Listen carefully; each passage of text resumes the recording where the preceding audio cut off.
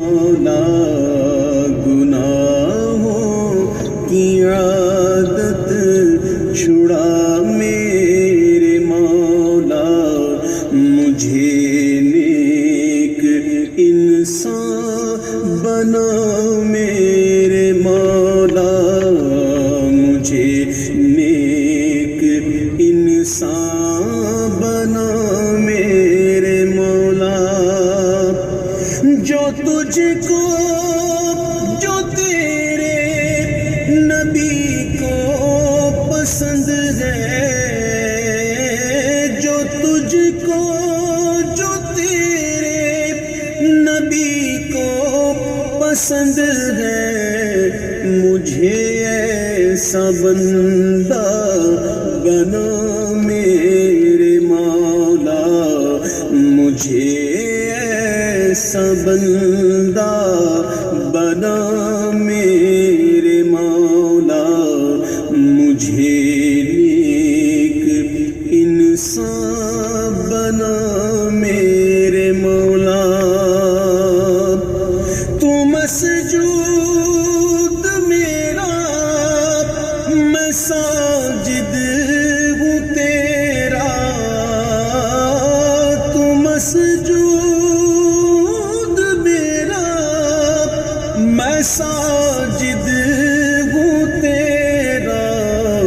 تو مالک میں بندہ تیرا میرے مولا، تو مالک میں بندہ تیرا میرے مولا، مجھے نیک انسان بنا میرے مولا، تو لے گا اگر عدل سے کام اپنے، تو لے گا اگر عدل سے کام اپنے، میں ہوں مستحق نار کا میرے مولا، میں ہوں مستحق نار کا میرے مولا، میں ہوں مستحق نار کا میرے مولا، اور جو رحمت تیری شامل حال ہو تو مولا،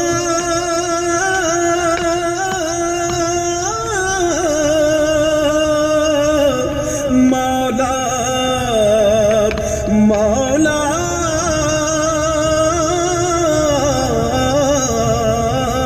جو رحمت تیری شامل حال ہو تو ٹھکانہ ہے جنت میرا میرے مولا، ٹھکانہ ہے جنت میرا میرے مولا، تجھے تو خبر ہے میں کتنا برا ہوں، تجھے تو خبر ہے میں کتنا برا ہوں، تجھے تو خبر ہے میں کتنا برا ہوں، تو عیبوں کو میرے چھپا میرے مولا، تو عیبوں کو میرے چھپا میرے مولا، مجھے ایک انسان بنا میرے مولا،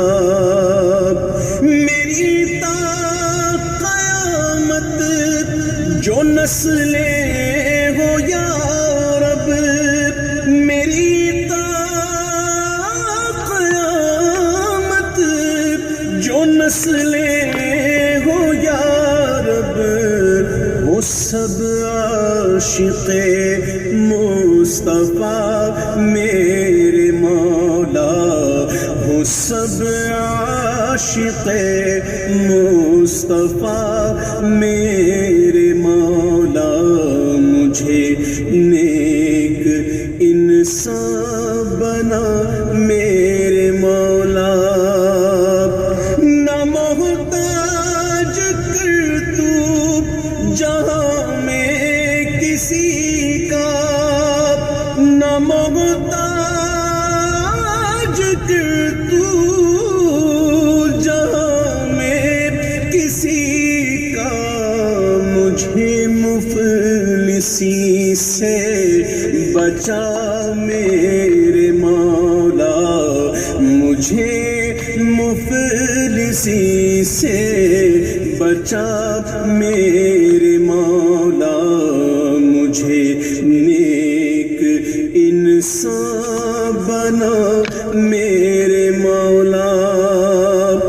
ہے کعبے پہ نظر عبید رضا کی ہے کعبے پہ نظر عبید رضا کی ہو مقبول ہر ایک دعا میرے مولا ہو مقبول ہر ایک دعا میرے مولا مجھے نیک انسان بنا میرے مولا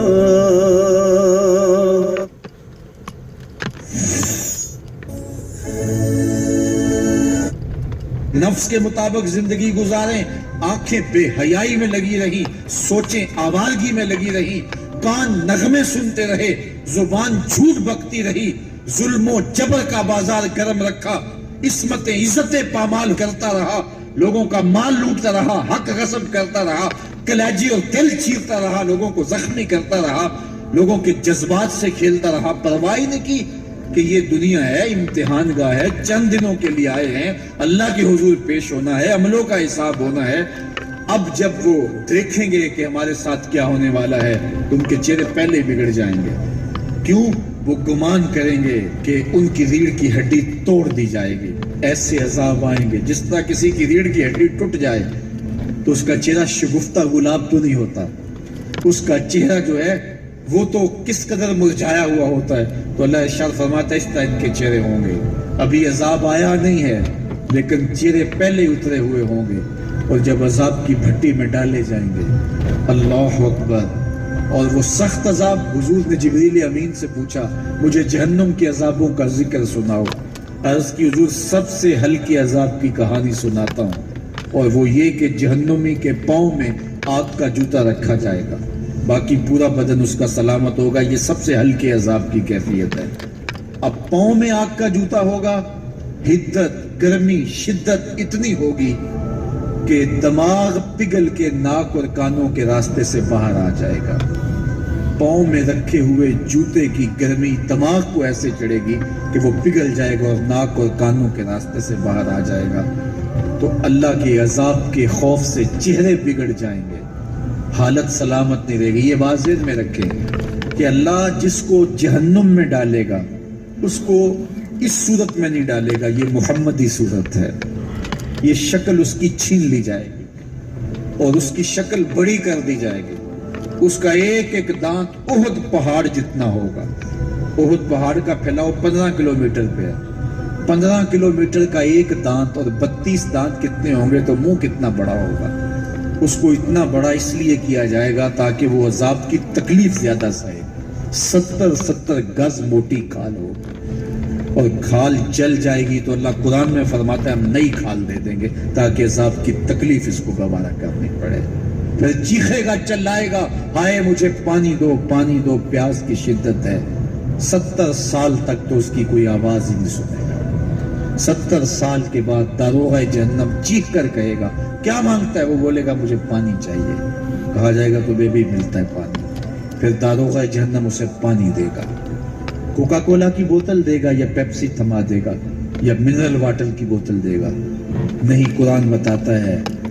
اسے مائے حمیم دیا جائے گا، کھولتا ہوا پانی، اور وہ اتنا گرم ہوگا جب پینے کے لیے چہرے کے قریب کرے گا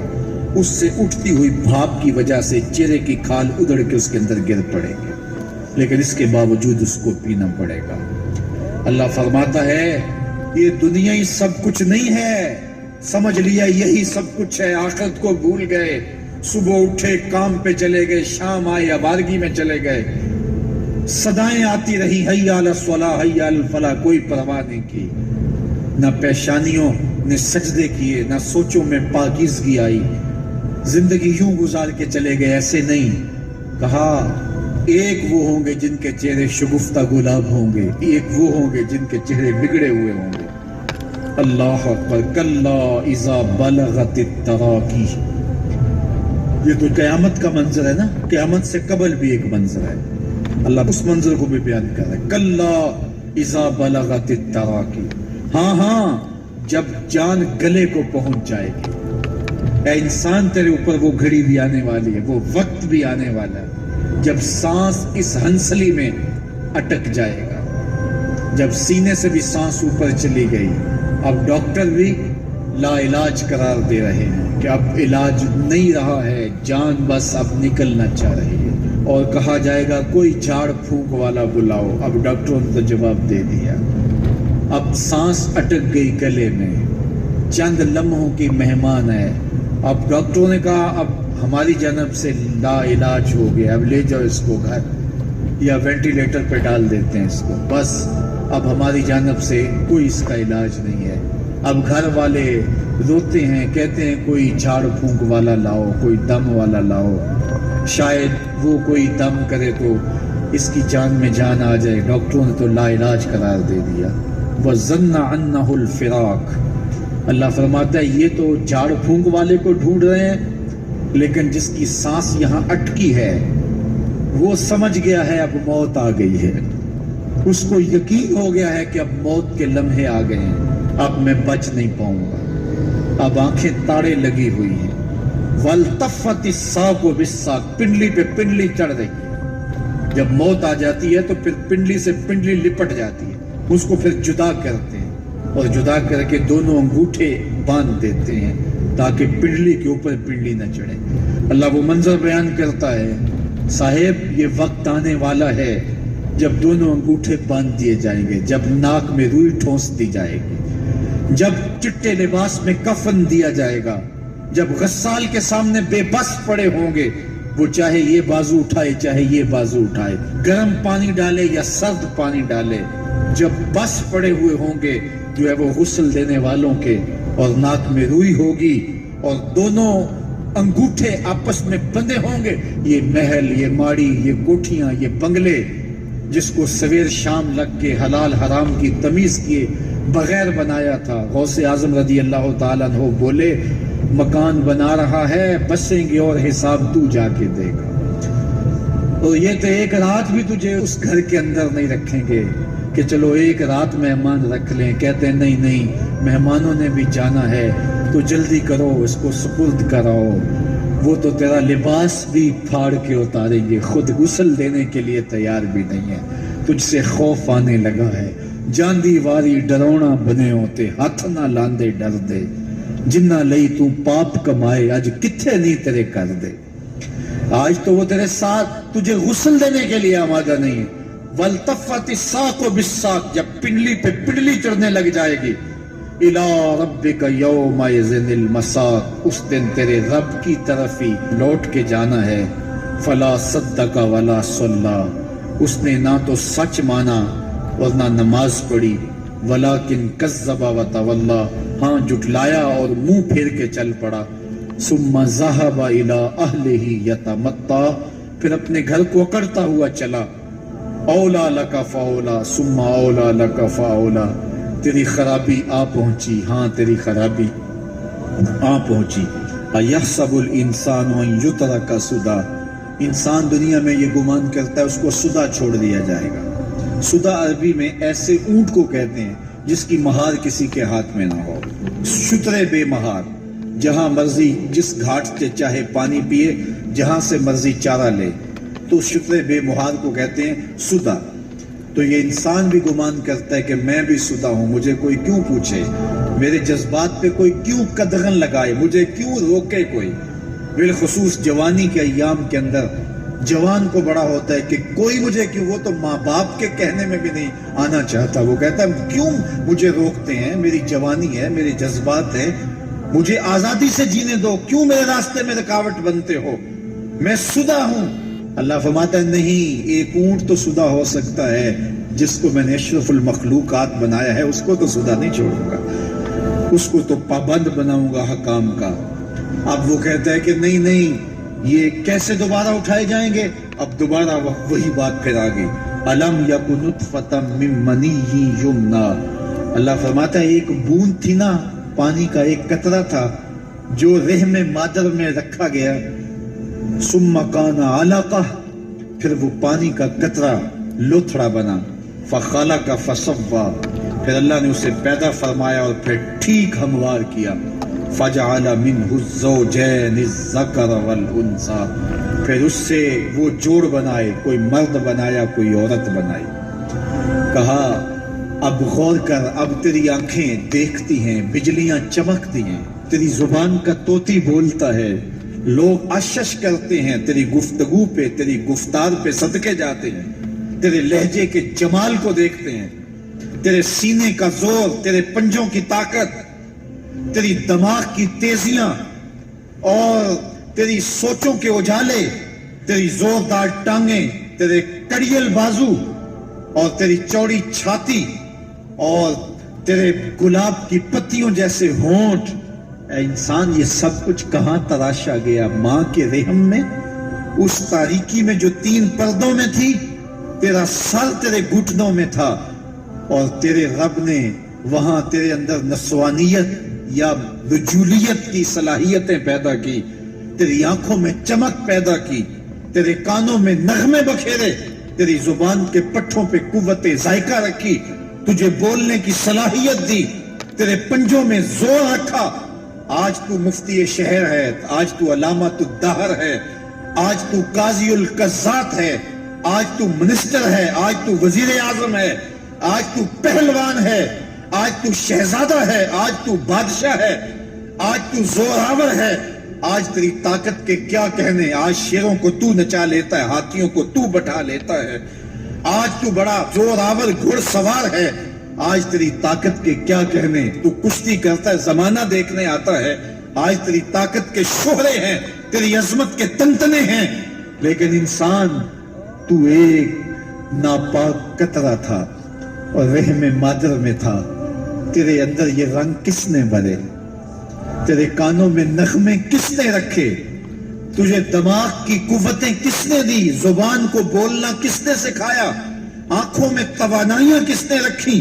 تیری زبان کا طوطی بولتا ہے، یہ سلیقے کس نے دیے؟ پھر اللہ فرمایا، کتنا زوردار بیان ہے، الیس ذالک بقادر علی ان یحیی الموتى، جو ماں کے پیٹ میں ایک نطفے کو ایک خوبصورت انسان بنا سکتا ہے، ہڈیوں کو جوڑ کے دوبارہ انسان نہیں بنا سکتا؟ کیا وہ دوبارہ تجھے کھڑا نہیں کر سکتا اپنے سامنے پیش ہونے کے لیے، جس کے حکموں کو تو نے توڑا ہے، جس کے فرامین کا تو نے مذاق اڑایا ہے؟ کیا وہ اتنا ہی بے بس ہے کہ اپنے حضور تجھے جو ہے وہ کھڑا ہی نہیں کر سکتا ہے؟ جس رب نے تجھے ماں کے شکم میں شکل دی، حضرت شیخ فرید الدین عطار بولتے ہیں، سانے کستی سلاتی می شود، ایسا کاریگر ہے مٹی سے بادشاہ بنا ڈالتا ہے۔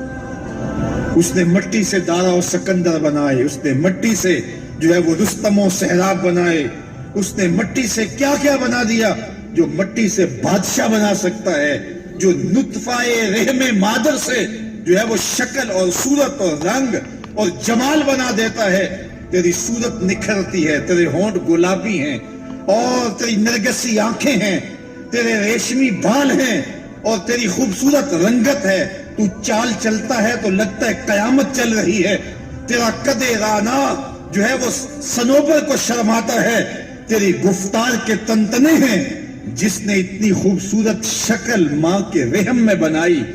کیا وہ ہڈیوں کو جوڑ کے دوبارہ انسان نہیں بنا سکتا؟ وہ دوبارہ انسان بنائے گا اور پھر تجھے اپنے حضور کھڑا کرے گا۔ اور ایک حدیث میں آتا ہے اللہ بندے کو اپنے حضور کھڑا کرنے کے بعد اپنے سامنے سے ہٹنے نہیں دے گا جب تک 5 سوال نہیں پوچھ لے گا. عن عمرہ فیما افناہ، اس کی عمر کے بارے میں پوچھے گا کہاں ضائع کی. میں نے تجھے زندگی دی 60 سال 70 سال 40 سال 50 سال، اس زندگی کو کہاں گزار کے آیا ہے. عن شبابہ فیما ابلاہ، اس کی جوانی کے بارے میں پوچھا جائے گا جوانی کہاں گزار کے آیا ہے. مجنوں تو نہیں بنا رہا،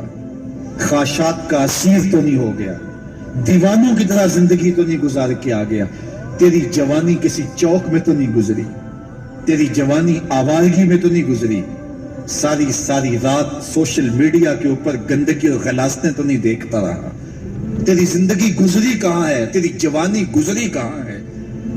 اگر کوئی جواب نہ ہوا تو پھر کیا جواب دے گا؟ اور وہ کتنا خوش نصیب ہوگا جو کہے گا مالک میری جوانی سجدوں میں گزری، میری جوانی قیام میں گزری، میری جوانی رکوع میں گزری. میرے حضور فرماتے ہیں سبعۃ یظلھم اللہ فی ظلہ یوم لا ظل الا ظلہ، 7 اشخاص ایسے ہیں قیامت کے دن جب کوئی سایہ نہیں ہوگا اللہ ان 7 کو اپنے عرش کا سایہ دے گا. ان میں سے دوسرا شخص میرے حضور نے بیان فرمایا وشاب نشأ فی عبادت اللہ، وہ جوان جس کی جوانی اللہ کی عبادت میں گزرے. جوانوں اپنی زندگی کو مالک کی دہلیز پہ لے آؤ. جوانی وہی ہے جو مالک کی چوکھٹ پہ گزرے. اپنے دل کا تعلق جوڑو، عشق کرنا ہے تو پھر آمنہ کے لال سے کرو، محبت کا رشتہ ان سے جوڑو، تعلق کا ربط ان سے قائم کرو، جوانی کو دین کی راہ پہ ڈالو. اللہ اکبر. سنو میرے حضور کا فرمان انا حبیب اللہ، میں اللہ کا حبیب ہوں. پھر فرمایا الشاب التائب حبیب اللہ، جو جوان جوانی میں توبہ کرے وہ بھی اللہ کا حبیب ہے. آؤ اللہ کے حبیب بن جاؤ، اللہ کے حبیب بن جاؤ، اللہ کے حبیب بن جاؤ،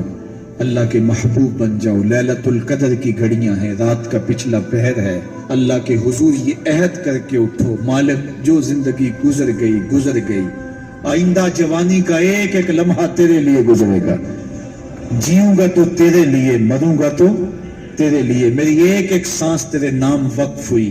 میری زندگی کی ایک ایک ساتھ تیرے نام وقف ہوئی. میں اپنا سب کچھ تیرے لیے پیش کرتا ہوں. میری زندگی کا مالک بھی تو ہے، میری موت و حیات کا خالق اور مالک بھی تو ہے.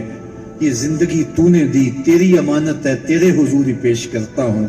اور لیلۃ القدر کی گھڑیوں میں اس عزم کے ساتھ گھروں کو لوٹو کہ اللہ میری زندگی کا ایک ایک لمحہ تیرے نام ہوا، آنے والے موسم تیرے نام ہوئے، میری جوانی تیرے نام ہوئی، میرے آنسو تیرے نام ہوئے، میری پیشانی تیرے نام ہوئی، میرے دل کی دھڑکن تیرے نام ہوئی، میری صلاحیتیں تیرے نام ہوئی.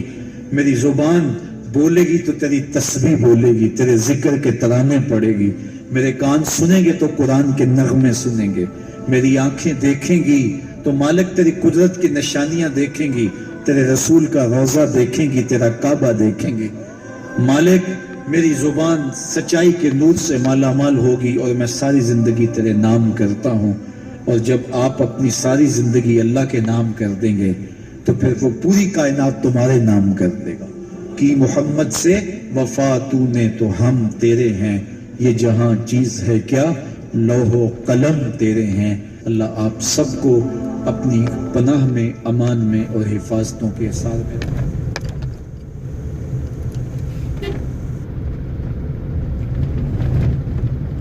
اچھا ذرا آگے آ جائیے. ذات کا کتا ہے لیکن ولیوں کے سنگ جڑ گیا. اللہ نے اس کتے کا ذکر قرآن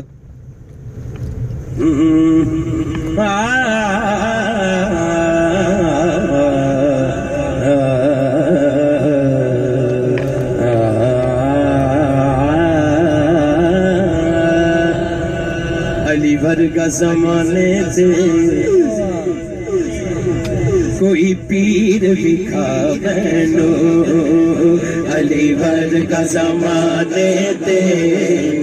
کوئی پیر بکھا بہن، علی علی علی علی ورگا زمانے سے کوئی پیر بکھا بہنو، علی باج محمد دا، علی باج